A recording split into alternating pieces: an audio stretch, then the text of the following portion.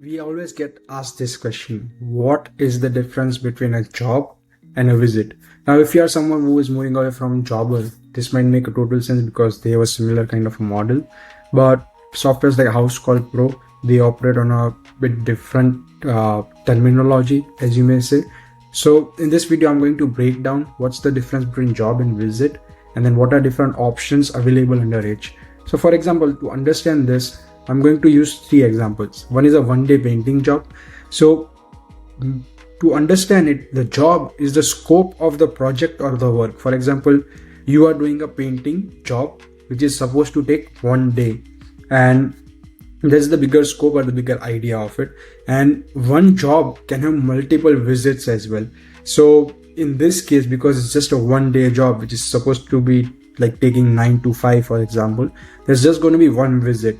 Visit is something like a service appointment or a time slot to complete that job.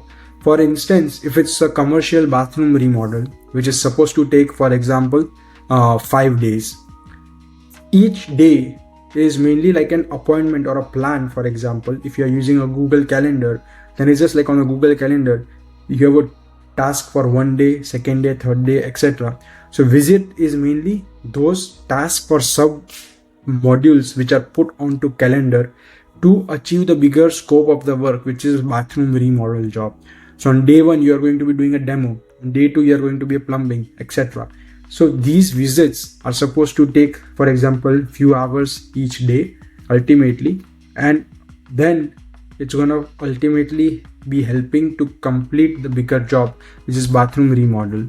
And lastly, this is another example where you have a 3-story building, 3 visits, and then ultimately it takes 3 days to do it. Now, how do you differentiate between each of them in FieldCamp? You might get confused initially if you are just starting with FieldCamp, because there is a jobs on the sidebar, and if you click on it, you are adding a job. But when you go to the calendar, in the calendar, if you click on a particular box, as you may say, or the event, on the right sidebar, you will see the visit details and who is the team person and visit info. But on the hover, you will see the job details, like the job number. Now, here is the distinction between it. If I go to a job like this one, this job is like, it's supposed to like take like the job number is 9. Now I'm going to go to visits. In the visits, I will see that, hey, this job has only one visit, which is scheduled for December 2nd at 11 a.m. and assigned to Ross. And then there is, if there's an unscheduled, there will be more tabs over here as well. But over here in the all tab, you will see all the visits that are supposed to be done for this job. And when you click on a visit, here is what you will see. And if your technicians, they open the mobile app and they will see a calendar, like what they are supposed to do on a given day. When they click on a particular tab, it will just load a screen like this, which is visit details. And in the visit details, you will see, for example, the info, basic info. I'm able to take any notes or upload any pictures, for example, job site photos, anything inside the documents.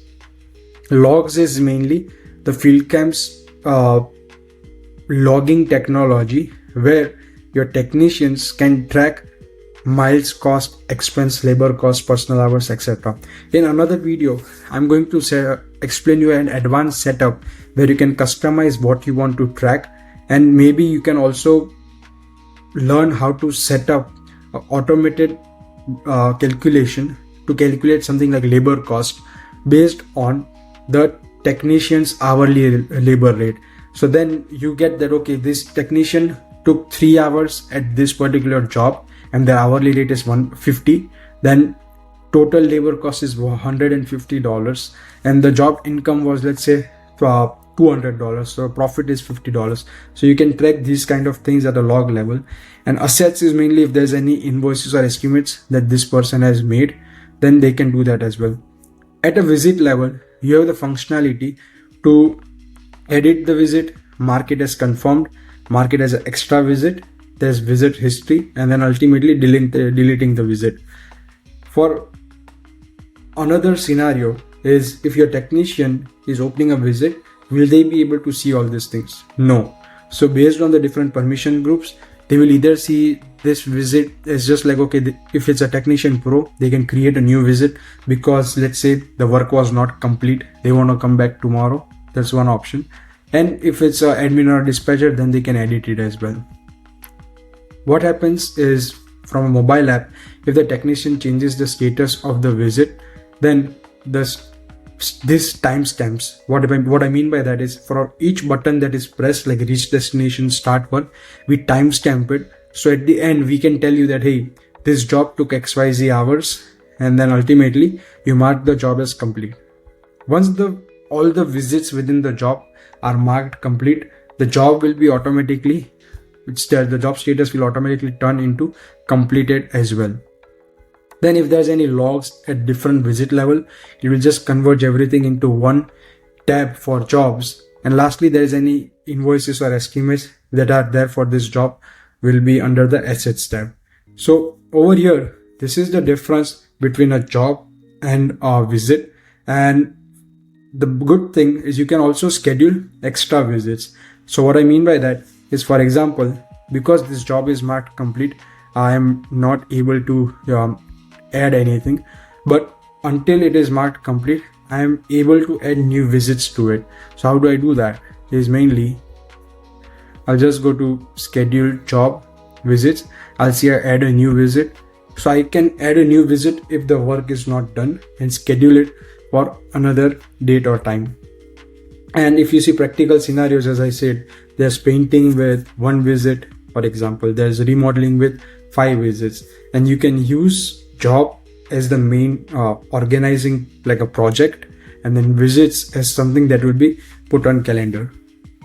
If you have any questions, then of course feel free to reach out to us. But in this video, our goal was to explain you the difference between a job and a visit, and then how both of them affect the planning process.